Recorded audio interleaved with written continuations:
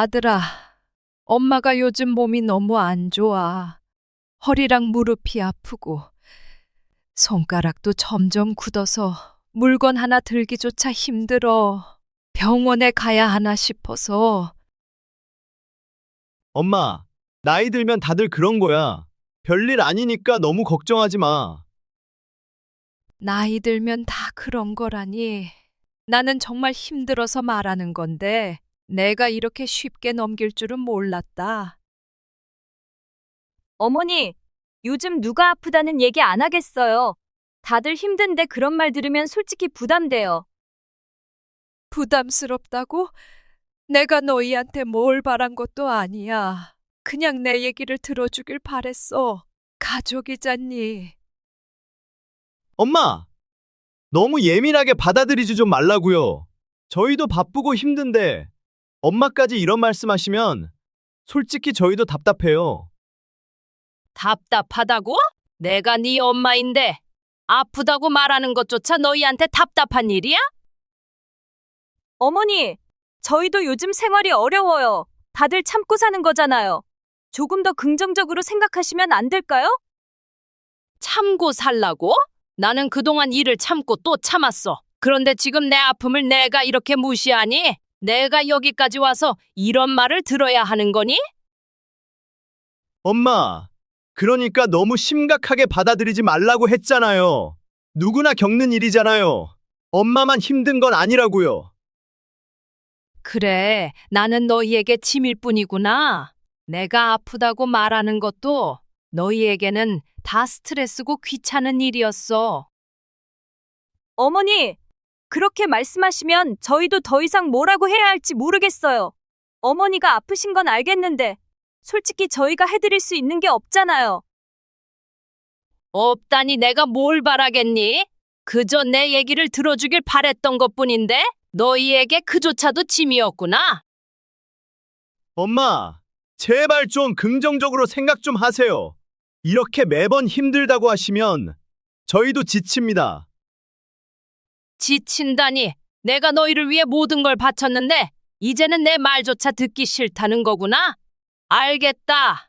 더는 말하지 않을게. 혼자 알아서 할 테니 걱정하지 마라. 어머니, 너무 감정적으로 받아들이지 마세요. 저희도 많이 힘든 상황이에요. 그래, 내가 너무 감정적이었나 보다. 내가 너희에게 뭘 잘못했길래 이렇게까지 무시당해야 하는지 모르겠다. 아픈 어머님을 무시하며 이야기하는 아들 부부, 과연 왜 이런 태도를 보이는 걸까요? 아픈 어머니를 돌보지 않는 아들이 잘못인지, 아니면 어머니가 어떤 잘못을 했기에 이런 무시를 받는지 너무 궁금한데요. 그럼 어떤 사연일지 시작하겠습니다. 안녕하세요. 저는 전라남도 작은 시골 마을에 사는 62세 최은희입니다. 평생 농사를 지으며 땅과 함께 살아왔습니다. 땅은 저에게 단순한 생활의 터전이 아니라 가족을 위해 땀 흘려 일군 삶의 증거였습니다. 젊은 시절엔 남편과 함께 이 땅에서 자식들을 키웠고 이제는 혼자가 되었지만 여전히 농사를 지으며 마음을 달랬습니다. 그런데 오늘은 제 가장 소중했던 것을 아들에게 내어주고도 배신당한 이야기를 들려드리려 합니다. 이 이야기가 여러분에게 작은 교훈이 되었으면 좋겠습니다.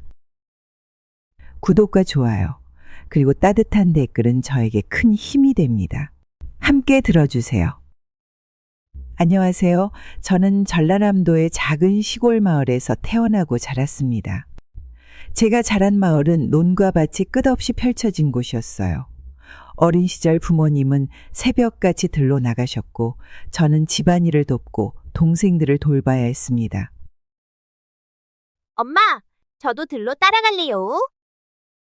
어린 마음에 부모님을 따라가고 싶었던 기억이 납니다. 하지만 부모님은 늘 말씀하셨죠. 은희야, 너는 밭일이 아니라 공부를 해야 한다. 그래야 이 고생을 안 한다. 그 말씀은 어린 마음에도 큰 울림이 있었습니다. 하지만 현실은 그렇게 되지 않았어요. 가정 형편 때문에 초등학교를 졸업하자마자 학업을 포기해야 했습니다. 그 대신 집과 밭을 돌보며 하루하루를 살았습니다. 20대 초반, 저는 사랑하는 사람을 만나 결혼을 했습니다. 남편은 마을에서 농사로 유명했던 사람이었고 저와 꿈이 같았습니다. 함께 땅을 가꾸고 아이들을 키우며 더 나은 삶을 꿈꾸는 것이었죠. 결혼 후 첫째 아들을 낳았을 때의 기억은 지금도 생생합니다. 아이의 울음소리가 집안을 가득 채웠고 그 소리는 제게 잘 살아야 한다는 결심을 심어줬어요. 아들은 태어나면서부터 눈이 맑고 활달한 아이였습니다. 어릴 때부터 똑똑한 데다 호기심도 많아서 매일 질문을 쏟아냈어요. 엄마, 이 모내기는 왜 이렇게 줄을 맞춰 심어요? 그래야 물도 잘 돌고 벽시가 고르게 자라지. 농사는 정성이야. 정성을 담아야 땅도 답해준단다. 그 말을 들은 아들은 한참을 생각하더니 이렇게 말했습니다. 그럼 나중에 내가 도와줄게. 엄마 힘들지 않게 내가 다 할 거야. 그 말을 들었을 때 얼마나 벅찼는지 모릅니다. 그래, 이 아이는 나중에 내 삶의 보람이 되어줄 거야 라고 믿었어요. 시간이 흐르면서 아들은 농사보다는 공부에 더 관심을 가졌습니다. 부모로서 저는 아들이 더 큰 세상으로 나아가길 바랬기에 그의 꿈을 응원하기로 했습니다.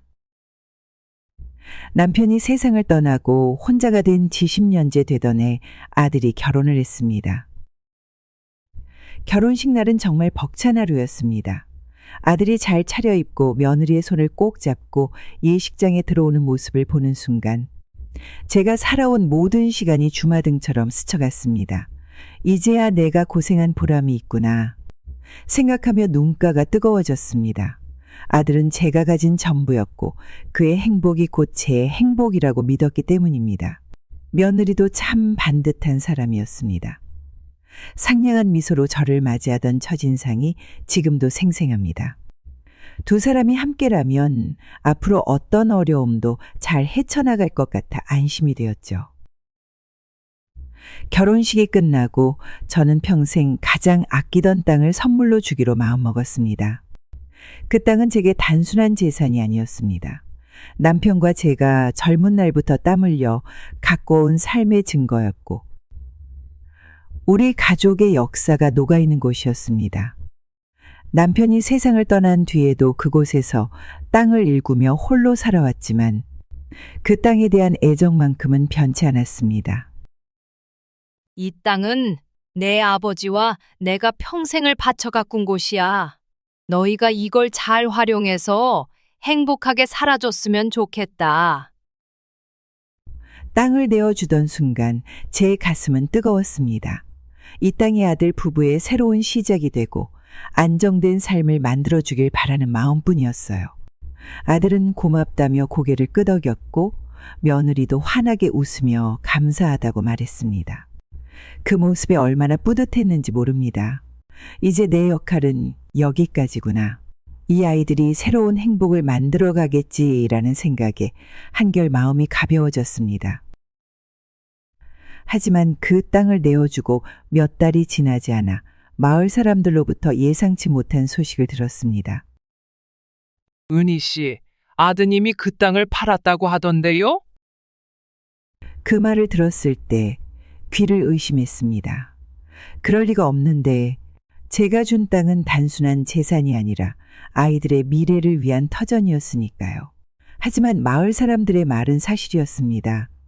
아들은 제가 준 땅을 팔아 그 돈으로 도시에서 새 집을 마련하고 생활비로 사용한 것이었습니다.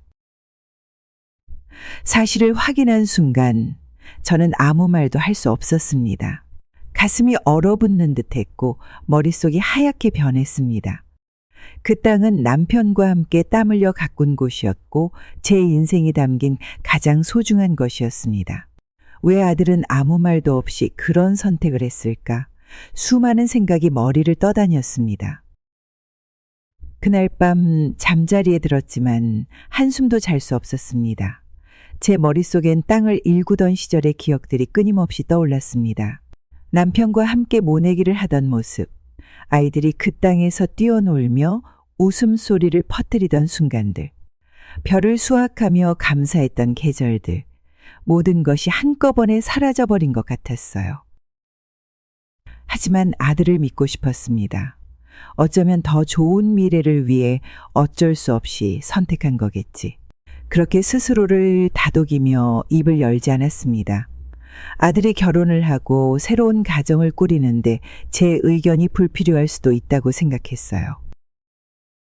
이제 네가 어른이 되었으니 내가 알아서 잘하겠지. 어머니로서 도와주는 게 맞아.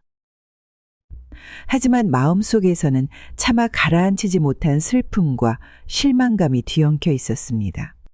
아들에게 가장 소중한 것을 내어준 제 진심이 무시당한 기분이 들었고 그 상처는 아무리 눌러도 쉽게 사라지지 않았습니다.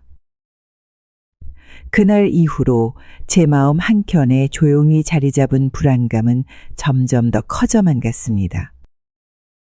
아들이 도시에서 바쁘게 살고 있다는 이유로 저와 연락을 줄이는 모습은 땅을 잃은 슬픔과는 또 다른 외로움을 가져다 주었습니다. 하지만 처음 아들이 결혼 후 도시로 떠났을 때 처음에는 무척 뿌듯했습니다. 결혼식장에서 환히 웃으며 며느리와 손을 잡고 서 있던 아들의 모습이 자꾸 떠올랐습니다. 이제 정말 어른이 되었구나라는 생각에 뿌듯함과 아쉬움이 동시에 밀려왔습니다. 시골에서 낡은 집을 벗어나 더 넓은 세상으로 나아가는 게 아들의 꿈이었기에 저는 기꺼이 응원했습니다. 하지만 막상 아들이 떠나고 나니 집안이 너무 조용했습니다. 빈 방을 바라보며 이제 진짜 독립했구나 싶으면서도 문득문득 아들이 보고 싶었습니다. 하루는 차마 참지 못하고 전화를 걸었습니다. 아들아, 잘 지내고 있니? 도시 생활은 할만하니? 밥은 잘 챙겨 먹고 있어? 하지만 돌아온 대답은 짧았습니다. 엄마, 요즘 일이 너무 바빠요. 다음에 다시 전화할게요. 그 짧은 대답이 끝나자마자 전화가 끊겼습니다. 한동안 멍하니 휴대전화를 바라보았습니다. 바쁘니까 그런 거겠지. 스스로를 다독이며 대수롭지 않게 넘기려고 했습니다. 그러나 비슷한 일이 계속 반복되었습니다.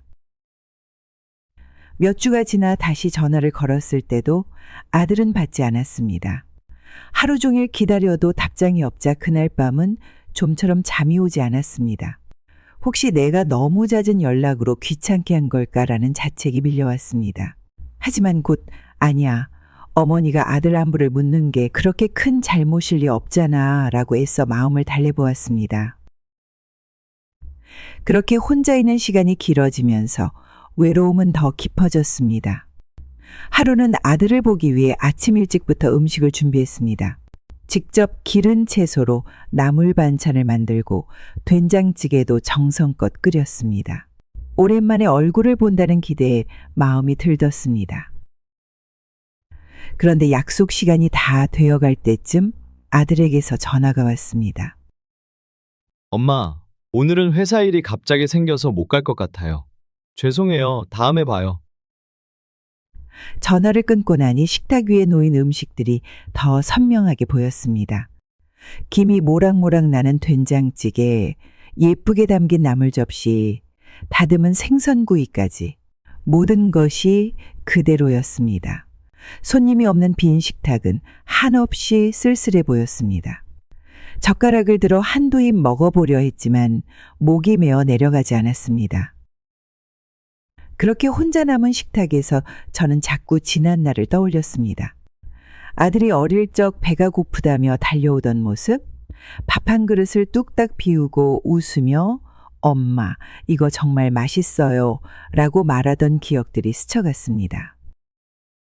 몇 달이 지나도 아들은 집에 오지 않았습니다. 전화도 점점 드물어졌고 짧은 통화조차도 일이 바쁘다는 핑계로 금방 끝나버렸습니다. 어느 날은 통화 연결음이 끝난 뒤에도 전화를 받지 않자 한참 동안 멍하니 휴대전화를 쥐고 있었습니다. 집안일을 하다 말고 마당에 나가 하늘을 멍하니 바라보는 일이 많아졌습니다.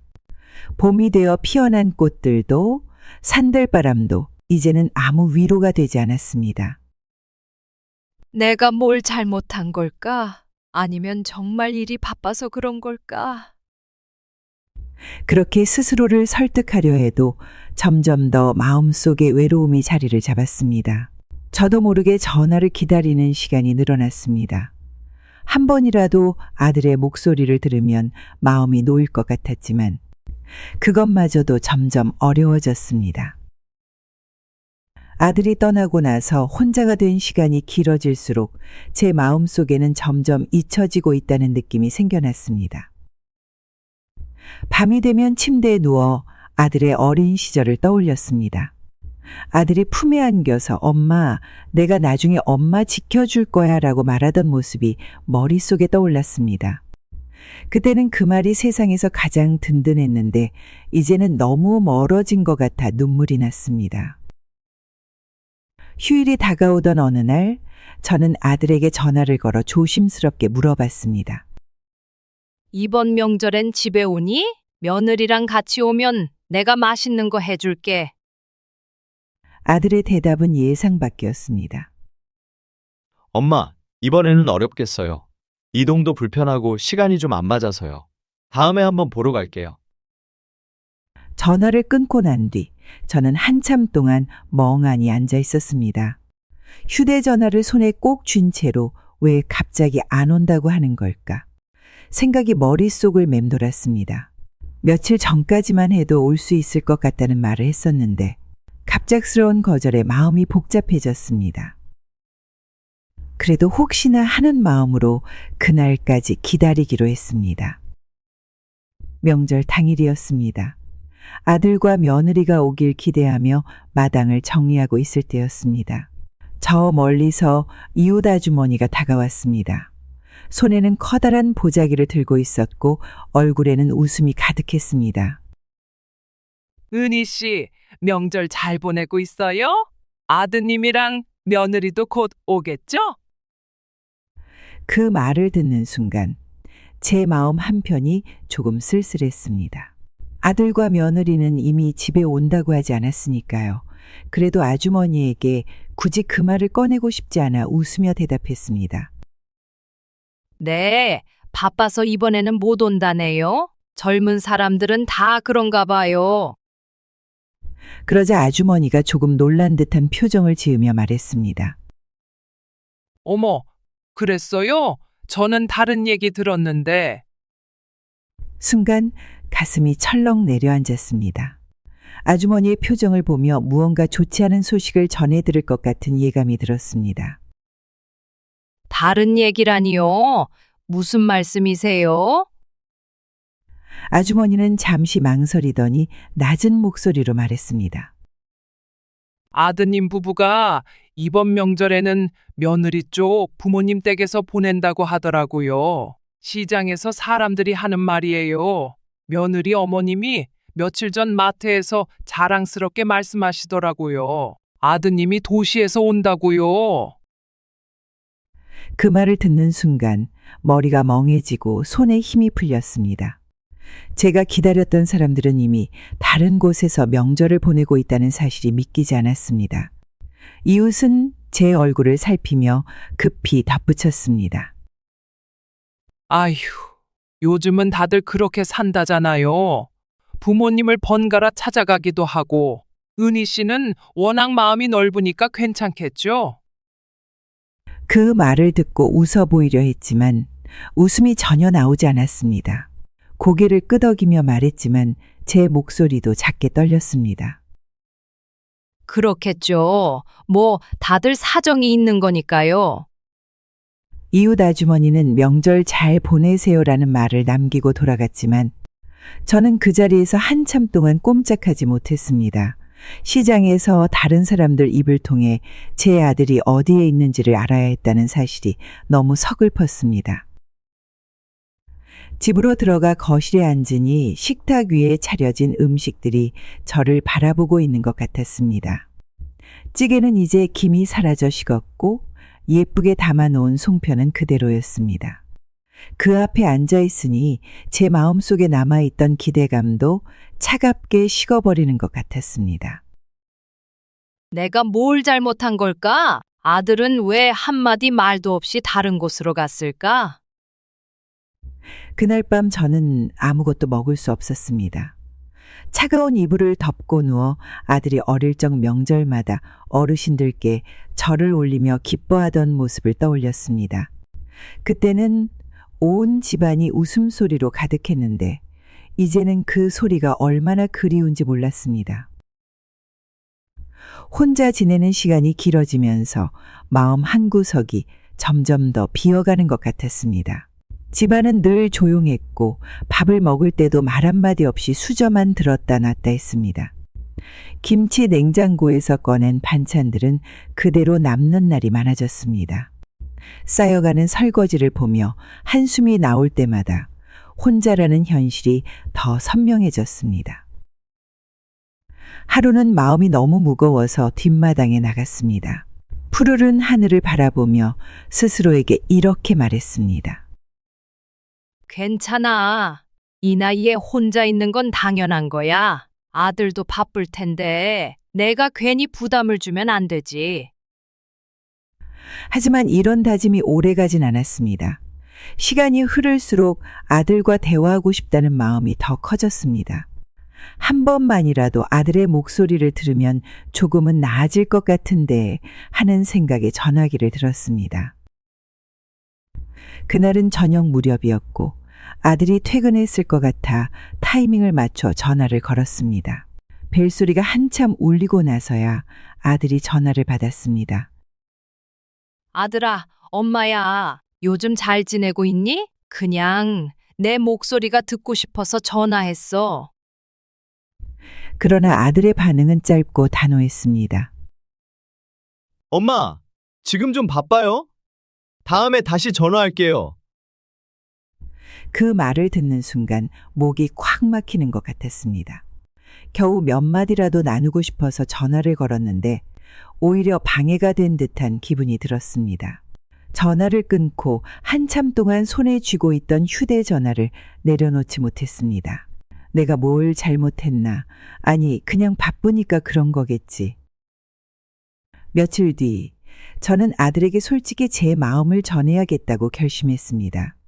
한 번쯤은 제 외로움과 속마음을 이야기해야겠다고 생각했어요. 다시 전화를 걸었을 때 아들은 피곤한 목소리로 전화를 받았습니다. 아들아, 엄마가 할 말이 있다.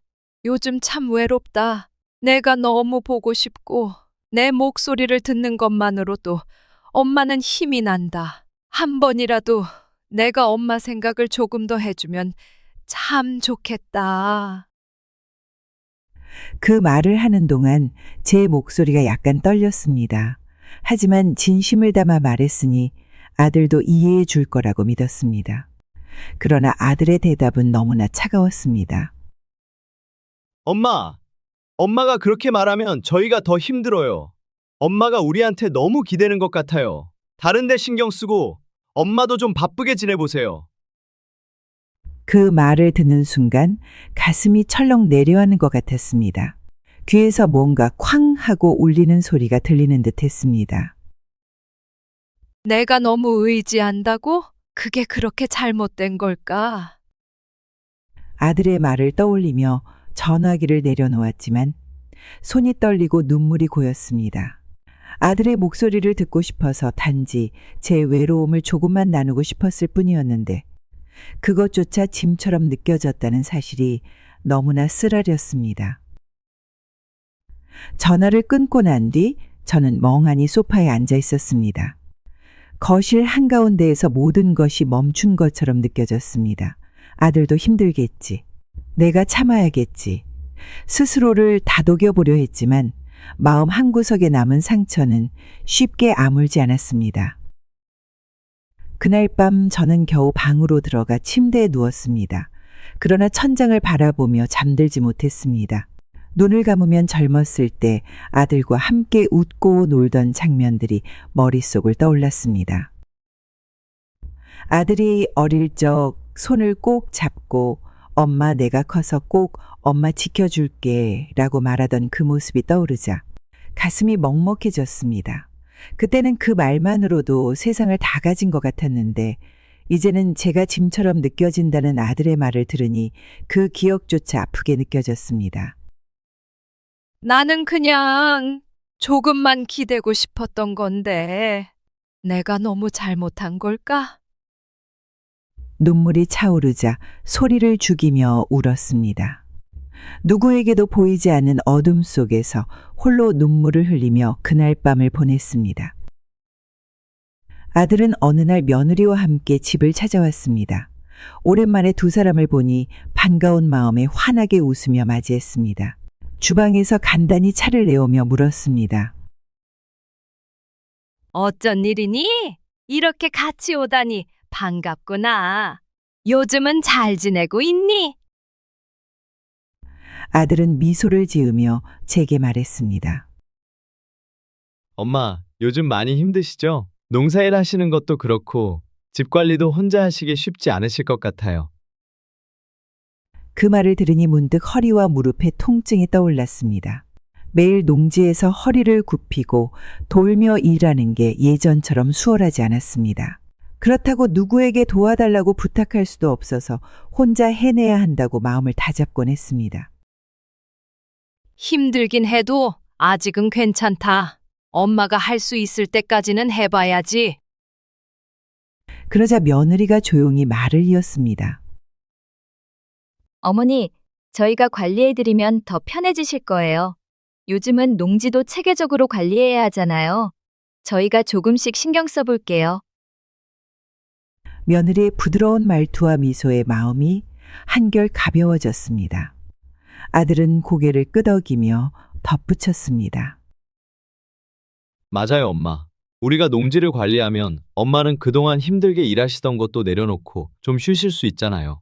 그리고 농지에서 수익도 낼 수 있으면 더 좋고요. 그 말을 들으니 마음 한편이 놓였습니다. 젊은 사람들이 더 나은 방법으로 농사를 운영할 수도 있을 거라는 생각이 들었습니다.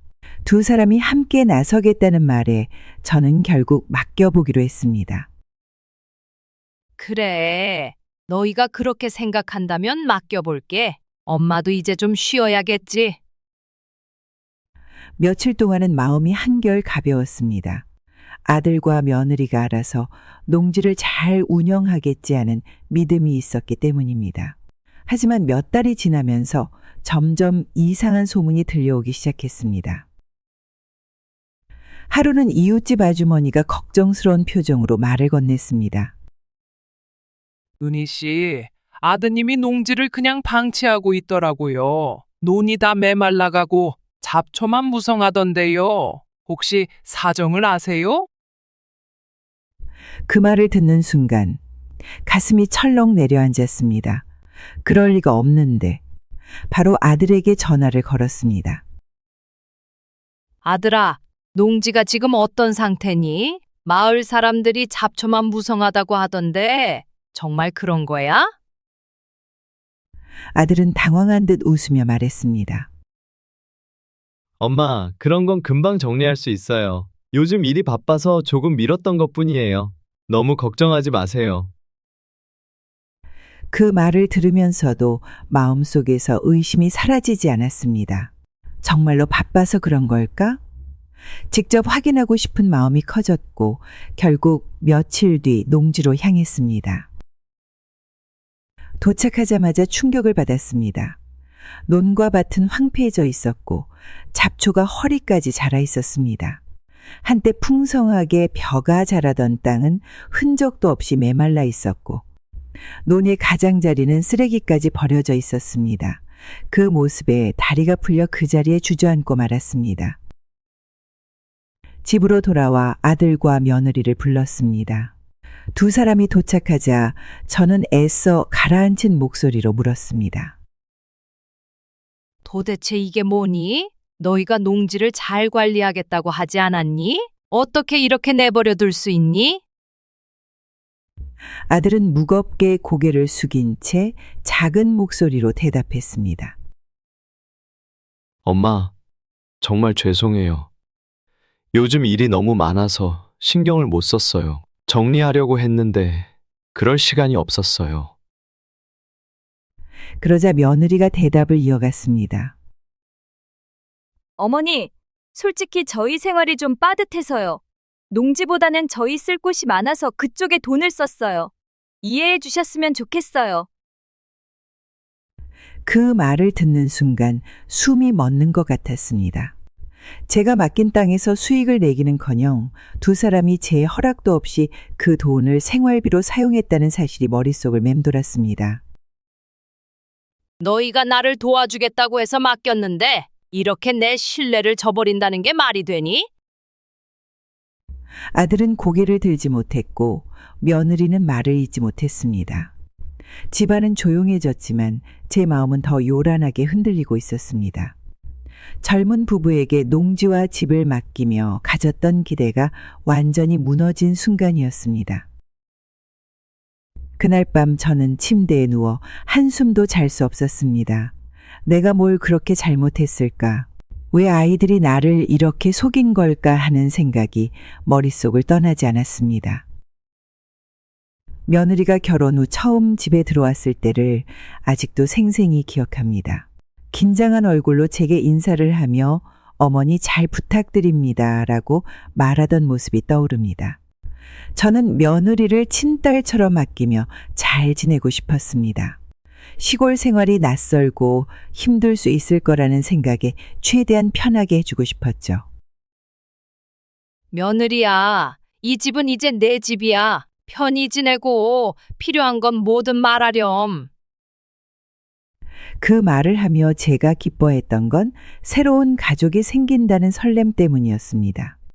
명절이나 가족 모임 때 며느리가 손에 물 한 방울 묻히지 않도록 제가 다 챙기며 편히 쉬어라는 말을 입에 달고 살았습니다. 하지만 시간이 지나면서 며느리의 태도가 조금씩 달라지는 게 느껴졌습니다. 처음에는 제가 작은 부탁을 하면 다정히 웃으며 응하던 며느리가 어느 순간부터 불편한 듯한 표정을 짓거나 대답을 짧게 하곤 했습니다. 혹시 내가 뭘 잘못한 걸까라는 생각이 들면서도 딱히 이유를 찾을 수 없었습니다. 어느 날 아들이 혼자 집에 찾아왔을 때 저는 그저 평소처럼 아들과 시간을 보내고 싶었습니다. 반갑게 맞으며 물었습니다. 웬일이니? 이렇게 혼자 오다니 반갑구나. 며느리는 왜 안 왔니? 아들은 잠시 머뭇거리더니 말했습니다. 엄마, 윤미가 요즘 좀 스트레스를 많이 받아요. 엄마가 너무 자주 연락하셔서 그런 것 같아요. 그 말을 들었을 때 저는 얼어붙은 듯 아무 말도 할 수 없었습니다. 제가 간섭했다고요? 그저 아이들의 안부가 궁금해서 필요한 게 없는지 물어보고 싶어서 전화를 했던 것뿐인데 그게 스트레스라니요. 엄마가 뭘 그렇게 잘못했니? 그냥 너희 잘 지내는지 궁금해서 물어본 거야. 아들은 한숨을 쉬며 대답했습니다. 엄마, 저희도 생활이 바쁘고 힘들어요. 엄마가 너무 신경 쓰시는 게 부담이 될 때도 있어요.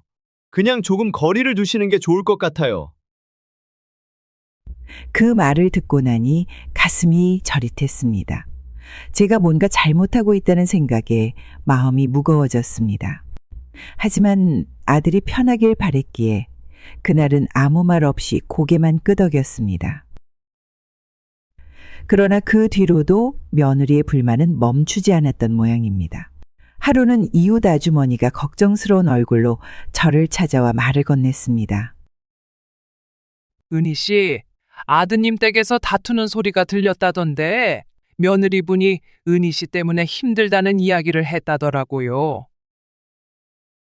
그 말을 듣는 순간 숨이 멎는 것 같았습니다. 내가 뭘 그렇게 잘못했기에 그 아이들이 다툰다고 하는 걸까 하는 생각에 머리가 아찔했습니다. 저는 단지 아들에게 도움을 주고 싶었고 며느리와 좋은 관계를 유지하고 싶었던 것뿐인데 오히려 제 존재가 갈등의 원인이 되고 있다는 사실이 믿기지 않았습니다. 며칠 후 아들이 다시 집에 찾아왔을 때 저는 더 이상 참을 수 없었습니다. 아들아, 엄마가 너희한테 그렇게 짐이 되는 거니? 왜 엄마가 문제라는 이야기를 자꾸 듣는지 이해할 수가 없다. 아들은 곤란한 표정을 지으며 대답했습니다. 엄마, 윤미도 요즘 너무 예민하고 힘든 일이 많아요. 싸우다 보면 엄마 얘기가 나오고 그러면 상황이 더 나빠져요. 엄마도 조금 더 거리를 두시면 우리도 편할 것 같아요. 그 말을 들으니 눈앞이 흐려졌습니다. 제가 오히려 그들의 다툼을 부추기는 존재가 되었다는 사실이 너무나 충격적이었습니다. 엄마는 그저 너희가 잘 살길 바랬을 뿐인데 이렇게 짐이 되니 엄마도 마음이 참 무겁다. 아들은 고개를 돌리며 아무 말 없이 한숨만 내쉬었습니다. 저는 더 이상 말을 이어가지 못했습니다. 그날 밤, 저는 잠자리에 누워 한참 동안 잠들지 못했습니다. 아들과 며느리를 위해 모든 걸 바치며 최선을 다해 왔다고 믿었는데 왜 이렇게 된 건지 이해할 수 없었습니다. 제 존재가 가족에게 짐이 되고 있다는 생각에 가슴이 먹먹했습니다. 내가 이렇게까지 했는데 왜 나를 문제 삼는 걸까? 눈물이 차오르면서도 그저 스스로를 다독이는 수밖에 없었습니다. 며느리와 아들이 함께 집에 찾아온 날은 유난히 날씨가 좋았습니다. 마당에서 감을 따고 있던 저는 두 사람의 모습을 보고 반가운 마음에 손을 흔들었습니다. 어쩐 일이니? 이렇게 둘이 같이 오다니 무슨 좋은 소식이라도 있는 거야? 저는 마치 오래 기다리던 손님을 맞이하듯 서둘러 집 안으로 들어와 차를 끓였습니다. 작은 다과를 내놓으며 물었습니다. 그래, 무슨 일이 있니? 얼굴 보니 무거운 얘기를 하러 온 건 아닌 것 같구나. 그런데 두 사람의 표정은 밝지 않았습니다. 아들은 한참 동안 말을 꺼내지 못하다가 며느리의 눈치를 살피며 조심스럽게 말을 꺼냈습니다. 엄마, 오늘은 좀 중요한 이야기를 하려고 왔어요. 저는 순간 긴장했지만 무슨 이야기를 하려는지 듣고 싶어서 고개를 끄덕였습니다. 아들은 며느리와 눈을 마주치며 어렵게 말을 이어갔습니다. 엄마, 이 집을 조금 정리했으면 좋겠어요. 저희가 앞으로의 생활을 생각해 보니까 이 집이 꼭 필요할 것 같아요. 그 말을 듣는 순간 손에서 찻잔을 놓칠 뻔했습니다. 귀를 의심하며 다시 물었습니다. 뭐라고? 이 집을 정리하자고? 너희가 여기를 왜 필요로 하니? 엄마가 여기서 어떻게 살아왔는지 너희도 알잖니? 아들은 말을 잇지 못하고 고개를 숙였습니다. 그때 며느리가 차분한 목소리로 말을 이었습니다. 어머니, 저희도 정말 고민 많이 했어요. 저희가 여기서 살아야 앞으로 아이도 키우고 생활을 안정적으로 꾸릴 수 있을 것 같아서요. 어머니도 이제는 좀 더 편한 곳에서 지내시면 좋겠고요. 그 말이 끝나자마자 제 머릿속이 새하얘졌습니다. 이 집은 단순히 머무는 장소가 아니었습니다. 남편과 함께 만든 우리 가정의 시작이었고 아이들이 자라며 웃음소리가 가득했던 추억의 터전이었습니다. 너희가 나가라고 하는 거니? 엄마가 여기서 지내는 게 그렇게 부담이 되니? 아들은 손을 뻗어 제 손을 잡으며 설득하려 했습니다. 엄마, 저희도 사정이 있어서 그래요. 이렇게 하는 게 우리 모두를 위한 일이에요. 엄마도 더 편한 곳에서 지내시는 게 좋을 것 같아요. 그 순간 제가 믿고 의지했던 아들이 더 이상 제 편이 아니라는 현실이 뚜렷해졌습니다. 며느리의 차가운 시선과 아들의 불편한 표정은 제가 이 집에서 설 자리가 없다는 걸 말해주고 있었습니다. 그날 밤 저는 방으로 들어와 한참 동안 아무 말도 하지 못했습니다. 침대에 앉아 벽에 걸린 가족 사진들을 바라보며 눈물을 흘렸습니다.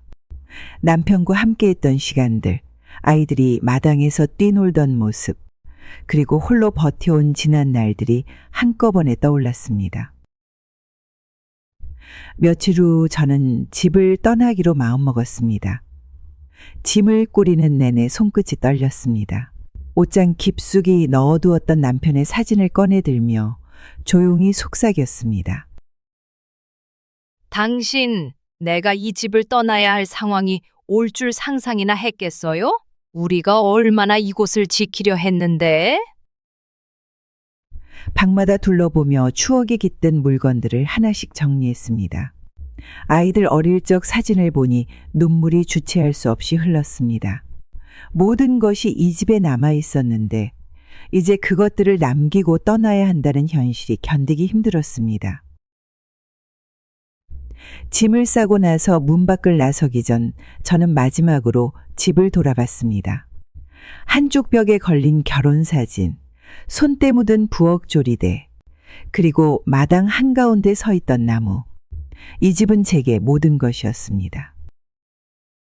여기가 내 삶의 전부였는데 이제 어디로 가야 할지 모르겠다. 작은 짐 가방을 들고 친척 집으로 향하면서도 마음은 집에 그대로 남아있는 것 같았습니다. 친척 집에 도착한 후에도 혼자 방에 앉아 있으면 자꾸만 그 집의 모습이 떠올랐습니다. 특히 가족들과 함께 웃으며 보냈던 추억들이 머릿속을 떠나지 않았습니다. 내가 이렇게까지 사랑했던 집을 떠나야 한다니. 왜 내가 이런 선택을 해야 하는 걸까? 그날 밤 저는 낯선 방에서 머리를 베개에 묻고 끝없이 울었습니다. 한 번도 집을 떠나 생각해 본 적 없던 제 삶이 완전히 무너진 것 같았습니다. 오랜 시간 혼자 농사와 집안일을 하며 지내다 보니 몸이 점점 버거워졌습니다. 허리는 매일 아침 일어날 때마다 뻣뻣하고 무릎은 계단을 오르내릴 때마다 쑤셨습니다. 손가락 관절은 딱딱하게 굳어 물건을 오래 들고 있기도 어려웠습니다. 그래, 나이 들면 다 이렇게 되는 거겠지? 내가 유난스러운 건가? 그렇게 스스로를 다독이며 버텼지만 점점 걱정이 커져갔습니다. 일을 끝내고 누워 있어도 통증은 쉽게 사라지지 않았고 몸이 더 망가질 것 같은 불안감에 잠이 오지 않는 날도 많아졌습니다. 이러다 정말 병원에 가야 하는 상황이 올 것 같다는 생각이 들었습니다. 결국 아들의 집을 방문해 내 이야기를 해보기로 결심했습니다. 가족이라면, 아들이라면 내 걱정을 조금은 들어주고 힘이 되어주겠지. 그런 기대를 품고 짐을 꾸렸습니다. 아들의 집 문 앞에 도착해 초인종을 눌렀을 때 며느리가 문을 열었습니다. 반가운 얼굴로 맞이할 줄 알았지만 며느리의 표정은 어딘가 무심해 보였습니다. 어머, 바쁜데 미안하다. 요즘 허리가 아파서 좀 쉬어가려고 왔어. 며느리는 짧게 고개를 끄덕이며 손님 방으로 안내했습니다. 방 안은 깔끔했지만 낯설고 공기는 차가웠습니다.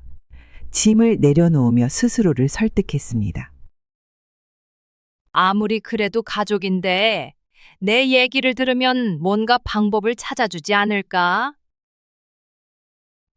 저녁 식사 시간이 되어서야 아들과 며느리가 퇴근해 돌아왔습니다. 다 같이 식탁에 앉아 식사를 하며 이야기를 나누기 시작했습니다. 아들아, 엄마가 요즘 몸이 많이 안 좋다. 허리가 너무 아프고 무릎도 욱신거려서 계단을 오르내리는 것도 힘들다. 손가락은 자꾸 굳어서 물건도 제대로 못 들겠고 병원에 가야 할지 고민이야. 제 이야기를 들은 아들이 고개를 들지 않은 채 밥을 뜨며 대답했습니다. 엄마, 나이 들면 다들 아프기 마련이에요. 너무 과민하게 생각하지 마세요. 그냥 그렇게 사는 거예요. 그 말이 가슴에 비수처럼 꽂혔습니다. 그렇게 사는 거다라니 내 아픔은 그렇게 대수롭지 않게 여겨질 문제였던 걸까요? 하지만 믿고 싶지 않았습니다. 이번에는 며느리를 바라보며 조심스럽게 물었습니다. 너는 어떻게 생각하니? 엄마가 정말 너무 예민한 걸까? 계속 이렇게 아프면 좀 걱정이 돼서 그래. 그러나 며느리 역시 고개를 들지 않은 채 말했습니다. 어머니, 이런 건 누구나 겪는 일이에요. 저희도 다들 힘들고 아파요. 그냥 다들 참고 살잖아요. 그 순간 모든 것이 멈춘 듯 했습니다. 손끝이 떨려 젓가락을 내려놓았습니다. 내 이야기가 이렇게 쉽게 흘려들어간다는 사실이 믿기지 않았습니다. 가족이라고 믿었던 사람들이 내 고통을 이처럼 대수롭지 않게 여길 줄은 상상도 못했습니다. 그날 밤 저는 혼자 방에 누워 천장을 바라봤습니다. 식탁에서의 대화가 끊임없이 머릿속을 맴돌았습니다. 내가 너무 예민했던 걸까? 아프다고 말한 게 그렇게 잘못된 일이었던 걸까? 아니면 내가 기대를 너무 크게 한 걸까? 눈물이 흘렀지만 소리를 낼 수 없었습니다. 이불을 머리끝까지 덮으며 울음을 삼켰습니다. 혹시라도 울음소리가 들려 그들에게 불편함을 줄까봐 걱정이 됐습니다. 다음 날 아침 며느리는 출근 준비로 분주했고 아들은 서둘러 집을 나설 채비를 했습니다. 저는 그들에게 짐이 되고 싶지 않다는 생각에 조용히 가방을 챙겼습니다. 내가 왜 이곳에 온 걸까? 내 이야기를 들어줄 사람이 없는데. 버스를 타고 집으로 돌아오는 길, 창밖의 풍경은 아무 의미 없이 스쳐갔습니다. 가슴 속이 텅 비어버린 것 같았습니다. 집에 도착해서도 마음은 가라앉지 않았습니다. 혼자 식탁에 앉아 마주한 빈 공간은 더 무겁게 느껴졌습니다. 내가 이 가족을 위해 얼마나 애썼는데 왜 내가 이런 취급을 받아야 하는 걸까? 그날 밤 저는 다시 이불을 덮고 끝없이 울었습니다. 혼자 방 안에 앉아 창밖을 바라봤습니다. 지난 몇 달 동안, 아니 몇 년 동안 겪었던 상처와 외면이 머릿속에서 떠나지 않았습니다. 아들이 건넸던 차가운 말, 며느리의 무심한 태도, 그리고 나를 집에서 내보내려 했던 그들의 행동이 가슴 속에서 계속 맴돌았습니다. 내가 뭘 그렇게 잘못했을까? 이렇게 끝까지 혼자가 돼야 하는 걸까? 손끝이 떨렸습니다. 허리가 아파도 무릎이 욱신거려도 아무도 신경 쓰지 않았습니다. 내 말은 흘려듣고 내 존재는 짐으로 여겨졌습니다. 이 집과 땅을 다 내어주고도 남은 건 깊은 외로움뿐이었습니다. 그러다 문득 생각이 들었습니다. 내가 이렇게 끝까지 혼자 있을 이유가 있을까? 내 모든 걸 바쳐 가족을 위해 살아왔는데 왜 나는 이렇게 버려져야 하는 걸까? 마음 한편에 작은 불씨 같은 분노가 일기 시작했습니다. 그때 마침 이웃 아주머니가 찾아왔습니다. 차를 내며 속마음을 털어놓았습니다. 내가 이 땅과 집을 아들에게 다 맡겼는데 이렇게 될 줄은 몰랐어요. 이제 와서 나가라는 말을 들으니 정말 더는 어떻게 해야 할지 모르겠어요. 이웃 아주머니는 제 이야기를 가만히 듣더니 신중한 표정으로 말했습니다. 은희 씨, 법적으로 이 땅과 집이 아직 은희 씨 소유일 거예요. 한번 변호사를 찾아가서 물어보는 게 좋지 않을까요? 혼자 끙끙 앓지 말고요. 그 말을 들었을 때 순간 마음이 복잡해졌습니다. 정말 그런 방법이 있을까? 내가 이런 일을 해도 되는 걸까? 가족이 이런 일로 더 멀어지면 어쩌지? 하지만 가만히 앉아 아무것도 하지 않는다면 더 큰 후회로 남을 것 같았습니다. 더 이상 나를 위해 목소리를 내지 않는다면 아무것도 바뀌지 않을 것 같았습니다. 다음 날 저는 이웃 아주머니와 함께 변호사를 찾아갔습니다. 작은 사무실에 앉아 변호사를 기다리며 손끝이 떨렸습니다. 내게 남아있는 마지막 희망이 무너질까봐 두려웠습니다. 변호사 앞에서 제 상황을 하나하나 설명했습니다. 제가 이 집과 땅을 아들에게 맡겼습니다. 가족끼리 신뢰했으니 서류로 다시 확인할 필요도 없다고 생각했어요. 그런데 지금 그 아이가 저보고 집을 나가라고 하니 이게 정말 내 집이 맞는지도 모르겠어요. 변호사는 진지한 표정으로 고개를 끄덕이며 제게 물었습니다. 혹시 은희 씨 이름으로 된 문서를 가지고 계신가요? 서둘러 서류를 꺼내 보여주자 변호사는 꼼꼼히 검토했습니다. 몇 분 후 변호사가 고개를 끄덕이며 말했습니다. 이 땅과 집은 은희 씨 소유로 되어 있습니다. 법적으로도 문제 없어요. 상황이 이렇다면 충분히 권리를 주장하실 수 있습니다. 그 말을 듣는 순간 모든 감정이 한꺼번에 밀려왔습니다. 놀라움과 안도, 그리고 가슴 깊은 곳에서 울컥하는 감정이 올라왔습니다. 아직 내 것이 남아 있었구나. 모든 걸 잃은 줄 알았는데 아직 나에게도 지킬 게 있었구나. 하지만 동시에 마음 한편에 두려움도 있었습니다. 정말 이걸 되찾을 수 있을까요? 내가 이런 결정을 내리는 게 옳은 걸까요? 너무 늦은 건 아닌가요? 변호사는 차분하게 미소를 지으며 대답했습니다. 늦지 않았습니다. 지금이라도 은희 씨의 권리를 찾는 게 중요합니다. 이건 은희 씨의 정당한 권리입니다. 그날 이후로 저는 변호사의 도움을 받아 서류를 준비하기 시작했습니다. 서류를 준비하며 집안을 돌아다니는 동안 오랜 추억들이 하나둘 떠올랐습니다.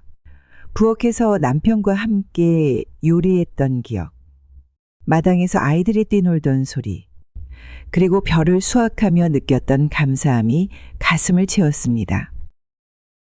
이 집과 땅은 내 삶의 전부였어. 이걸 잃는다면 나는 정말 아무것도 남지 않아. 어느 날 마당에 서서 오래된 나무를 바라보았습니다. 그 나무 아래에서 남편과 나란히 앉아 차를 마시던 날이 떠올랐습니다. 이건 포기할 수 없어. 이제는 나를 위해, 내 삶을 위해 목소리를 낼 거야. 그렇게 준비를 마치고 드디어 재판에 나설 결심을 했습니다. 더 이상 스스로를 낮추지 않기로 했습니다. 내 삶의 가치를 지키기 위해 나아갈 준비가 되어 있었습니다.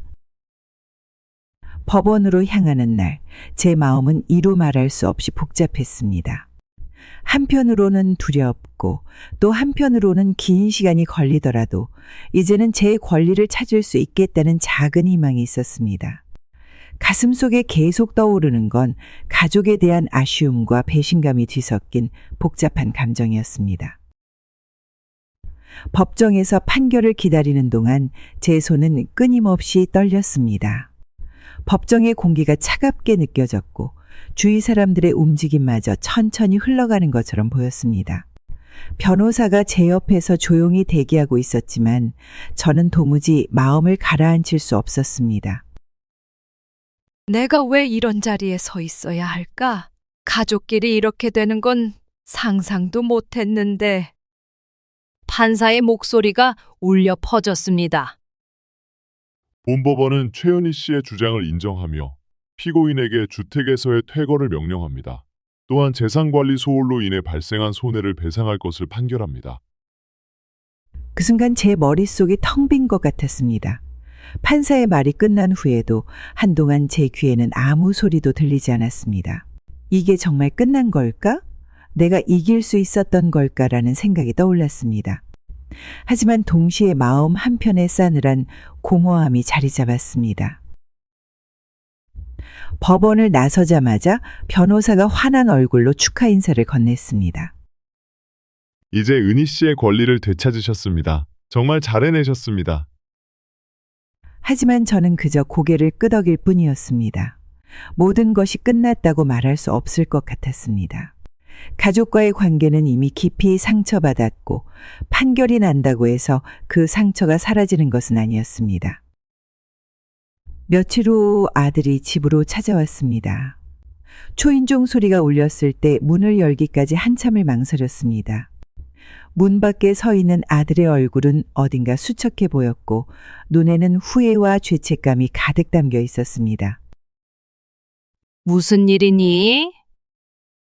아들은 천천히 고개를 숙이며 말했습니다. 엄마, 정말 죄송합니다. 저희가 너무 큰 잘못을 했어요. 엄마한테 그렇게까지 할 사람이 아니었는데 정말 잘못했습니다. 그 말을 듣는 순간 제 가슴 속에 묵혀있던 감정들이 한꺼번에 솟아났습니다. 슬픔, 분노, 그리고 어쩔 수 없는 아쉬움까지. 하지만 저는 더 이상 쉽게 용서할 수 없다는 것을 알았습니다. 아들아, 내가 잘못했다는 걸 알았다니 다행이구나. 하지만 지금 와서 무슨 말을 해도 내가 받은 상처는 쉽게 사라지지 않을 거야. 아들은 눈물을 흘리며 용서를 구했습니다. 엄마, 한 번만 기회를 주세요. 다시는 이런 일 없도록 할게요. 엄마를 위해 뭔가를 꼭 하겠습니다. 하지만 저는 단호하게 고개를 저었습니다. 너희가 처음 내 마음을 배신했을 때 나는 기다렸어. 두 번째로 내 믿음을 저버렸을 때도 참고 싶었어. 하지만 이제는 내가 나를 지켜야 할 때야. 내 삶을 더 이상 남의 손에 맡기지 않을 거야. 그 말을 하고 나니 마음속에서 묵혀있던 무거운 돌덩이가 조금은 가벼워진 듯 했습니다. 저는 처음으로 제 자신을 위해 목소리를 냈고 처음으로 내 가치를 스스로 지키겠다는 결심을 했습니다. 아들은 더 이상 말을 잇지 못한 채 조용히 집을 떠났습니다. 문이 닫히는 소리를 듣고 나서야 저는 깊은 숨을 내쉬었습니다. 그날 밤 혼자 마당에 나와 오래된 나무를 바라보며 속삭였습니다. 이제는 나를 위해 살 때야. 이 집과 땅은 내 삶의 증거이고 나를 위한 자리야. 더는 빼앗기지 않을 거야. 그날 밤 저는 오랜만에 한결 가벼운 마음으로 침대에 누웠습니다. 상처는 여전히 남아 있었지만 그 상처가 제 삶을 더 강하게 만들 것 같다는 생각이 들었습니다. 오랜 고민 끝에 결심했습니다. 이제는 이 집에서 벗어나야 한다는 것을 알았습니다. 이곳은 제 모든 것이었던 곳이지만 더는 저를 위한 곳이 아니었습니다. 상처와 고통만 남은 공간을 떠나야 비로소 제 삶을 다시 시작할 수 있을 것 같았습니다. 마당에 서서 오래된 나무를 바라보았습니다. 남편과 함께 심었던 나무였습니다.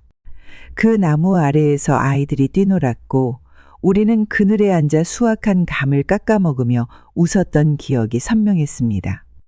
하지만 지금 그 나무는 나에게 따뜻함보다 무거운 기억으로 다가왔습니다. 여기서 평생을 살 줄 알았는데 이제는 떠날 때가 됐구나. 이곳을 떠나야 나를 위한 새 삶을 시작할 수 있겠지. 부동산 중개인을 부르고 집과 땅을 매물로 내놓는 서류를 준비했습니다. 문서를 하나씩 확인할 때마다 손끝이 떨렸습니다. 한 장 한 장 넘기며 떠오르는 것은 이곳에서 함께했던 가족의 모든 기억이었습니다. 이곳은 나의 모든 순간이 담겨 있는 곳이었는데 이제는 나를 아프게만 하는 곳이 되었구나. 며칠 후 집과 땅이 팔렸습니다. 계약서에 도장을 찍는 순간 제 가슴이 싸하게 아려왔습니다.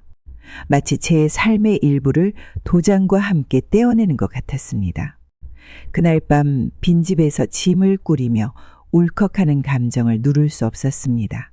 오래된 사진들을 꺼내보며 눈물을 삼켰습니다.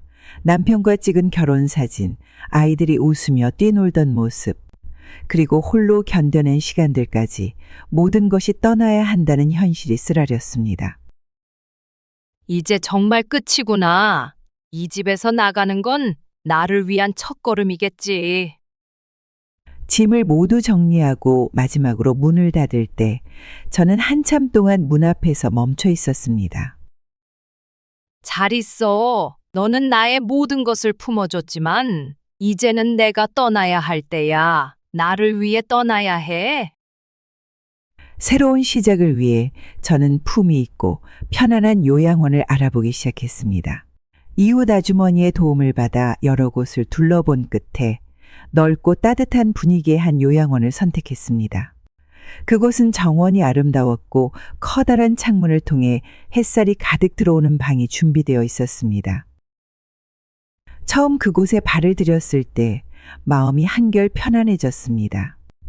방에는 따뜻한 이불과 깨끗한 책상이 있었고 창밖으로는 어르신들이 산책하는 모습이 보였습니다. 여기라면 나도 다시 시작할 수 있을 것 같아. 외롭지 않을 것 같아.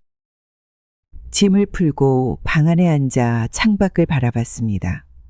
누군가와 함께 대화를 나누고 웃으며 산책하는 어르신들의 모습을 보니 가슴이 조금 따뜻해지는 것을 느꼈습니다.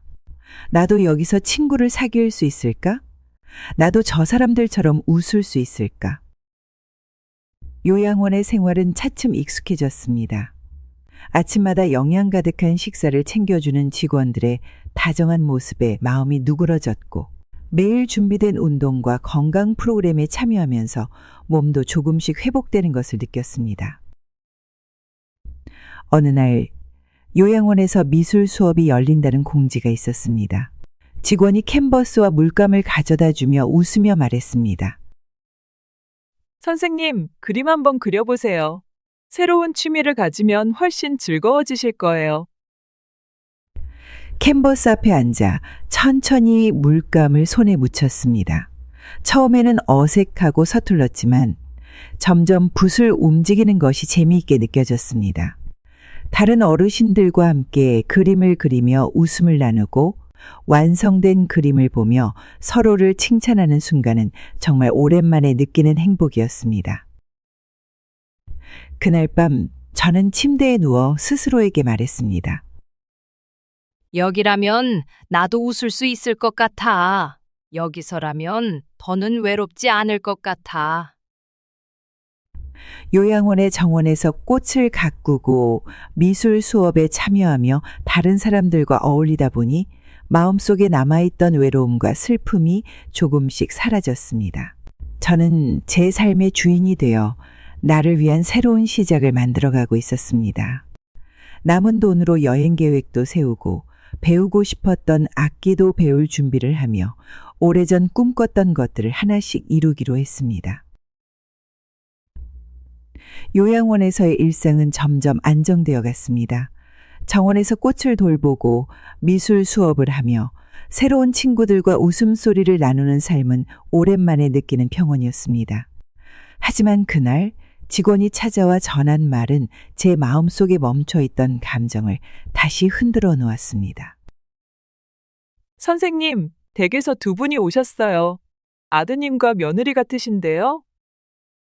그 말을 듣는 순간 손끝이 떨렸습니다. 너무 오랜만의 방문이었지만 반가움보다는 경계심이 먼저 들었습니다.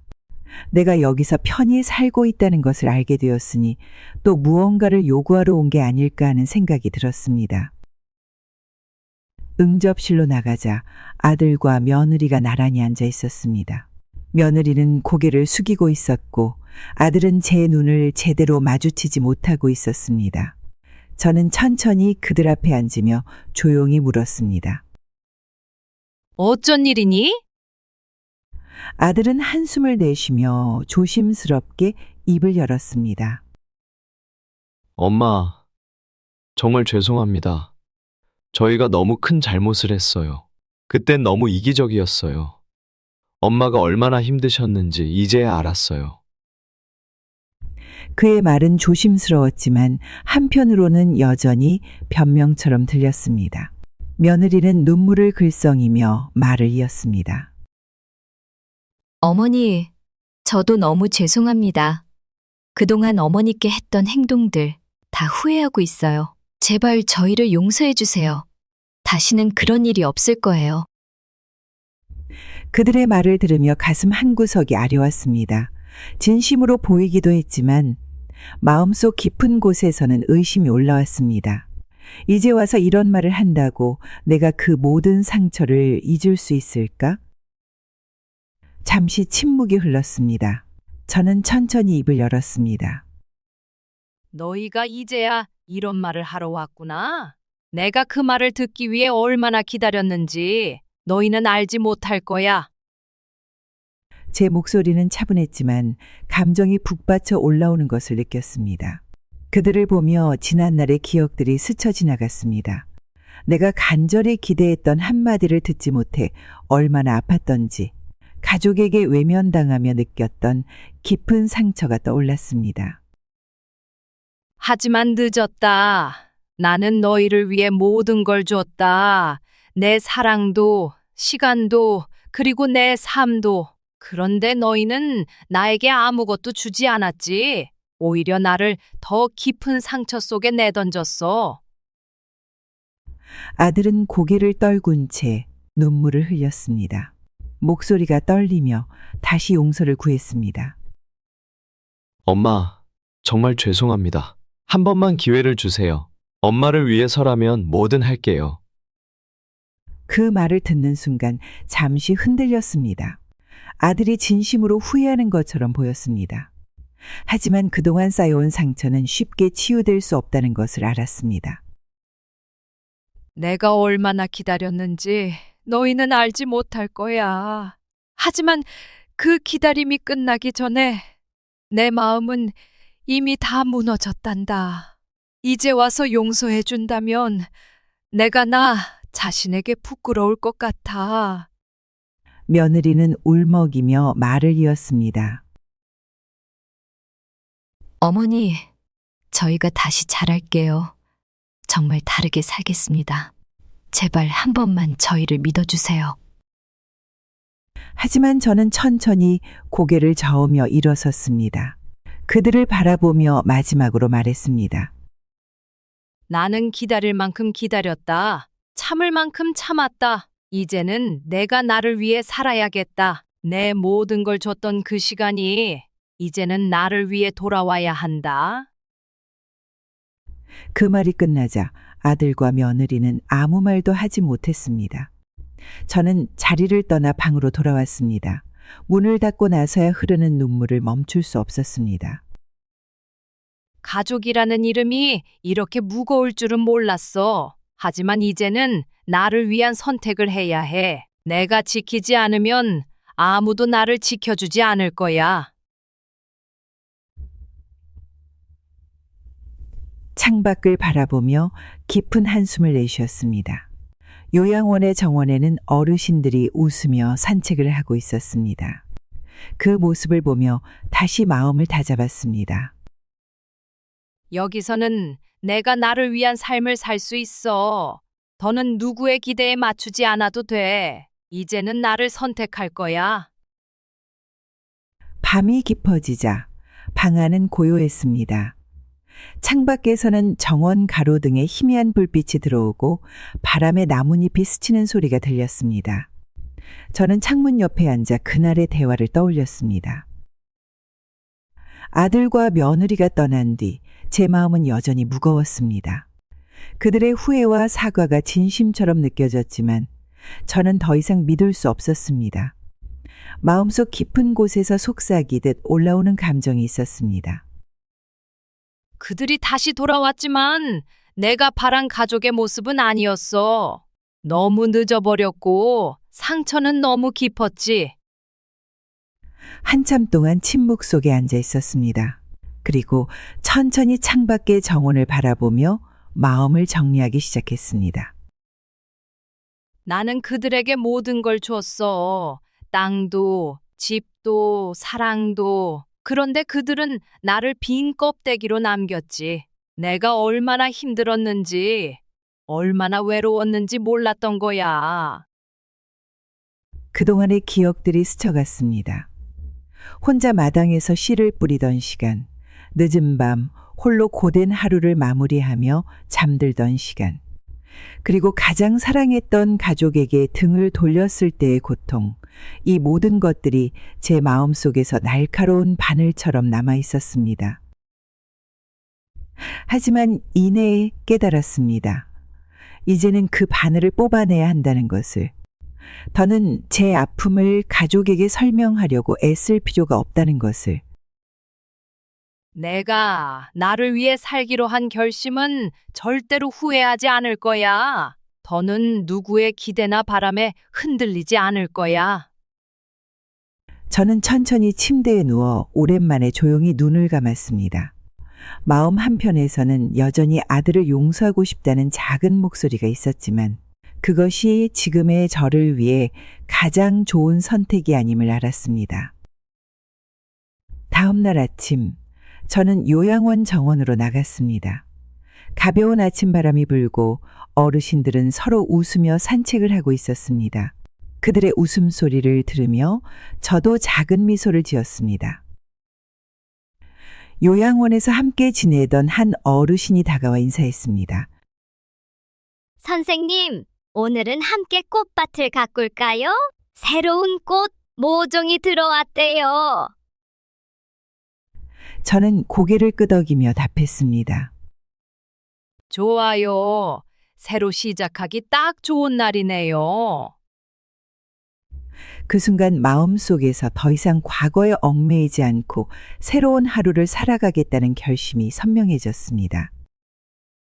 요양원에서의 하루하루는 이전과는 다른 삶이었습니다.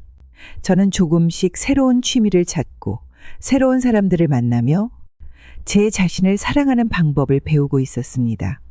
혼자였지만 더는 외롭지 않았습니다. 내가 이제야 나를 위해 살아가는 법을 배우는 것 같아. 이건 내가 받아 마땅한 삶이야. 과거의 상처는 완전히 사라지지 않았지만 그 상처는 이제 제 삶을 더 강하게 만드는 흔적이 되었습니다. 저는 창밖을 보며 스스로에게 속삭였습니다. 이제는 내 차례야. 나를 선택할 시간, 나를 위한 시간. 그날의 평온한 하늘 아래 저는 새로운 희망을 품으며 작은 미소를 지었습니다. 긴 세월 동안 가족을 위해 모든 걸 바치며 살았지만 결국 나 자신을 돌아보지 못했던 시간이 참 많았습니다. 그동안의 상처와 외로움 속에서 저는 깨달았습니다. 나 자신을 사랑하고 지키는 일이야말로 가장 큰 용기라는 것을요. 혹시 여러분도 저처럼 마음속에 깊은 상처를 안고 계시진 않으신가요? 가족을 위해 누군가를 위해 살아가는 일은 참 중요합니다. 하지만 그 과정에서 여러분 자신을 잊고 있진 않으셨나요? 저는 오랜 세월 동안 그렇게 살아왔습니다. 늘 가족을 위해 모든 걸 바쳤고 그게 당연하다고 생각했죠. 하지만 어느 순간 저 자신은 점점 더 작아지고 지쳐가고 있음을 깨달았습니다. 우리 모두는 누군가의 엄마, 아빠, 딸, 아들, 친구로 살아갑니다. 그 역할을 충실히 해내려 애쓰며 하루하루를 보냅니다. 하지만 그 안에서 여러분 자신은 어떠신가요? 혹시 한 번쯤 나도 쉬어가고 싶다, 나를 위한 시간을 갖고 싶다는 생각을 해보신 적 있나요? 여러분, 남을 위해 살아가는 일도 중요하지만 여러분 자신을 위해 웃고 쉬고 행복을 찾아가는 시간은 더더욱 중요합니다. 나를 돌보는 건 결코 이기적인 일이 아닙니다. 오히려 나 자신을 잘 보살필 때 더 건강한 마음으로 사랑하는 사람들과 함께할 수 있습니다. 저는 이제야 비로소 깨달았습니다. 가족을 사랑하는 것만큼이나, 아니 그보다 더 중요한 건 나 자신을 사랑하고 지키는 일이라는 것을요. 여러분도 혹시 저처럼 자신을 돌보지 못한 채 살아오신 건 아닐까요? 지금 이 순간부터라도 자신에게 따뜻한 시간을 선물해 보세요. 마음속 깊은 상처가 있다면 잠시 멈추고 스스로에게 물어보세요. 내가 원하는 삶은 무엇일까? 나는 무엇을 위해 이렇게 달려왔을까? 스스로에게 주는 이 작은 질문이 여러분의 삶을 조금 더 나은 방향으로 이끌어 줄지도 모릅니다. 여러분 모두가 여러분 자신을 사랑하고 온전히 행복할 수 있는 시간을 꼭 찾으시길 진심으로 바랍니다. 오늘 제가 들려드린 이야기가 누군가에게 작은 위로가 되었으면 좋겠습니다. 여러분의 삶에도 따뜻한 빛이 비추기를 진심으로 바라겠습니다. 끝까지 들어주셔서 정말 감사합니다. 앞으로도 함께 서로를 응원하며 살아가요. 구독과 좋아요, 그리고 따뜻한 댓글로 여러분의 이야기도 함께 나눠주세요. 모두 행복하세요.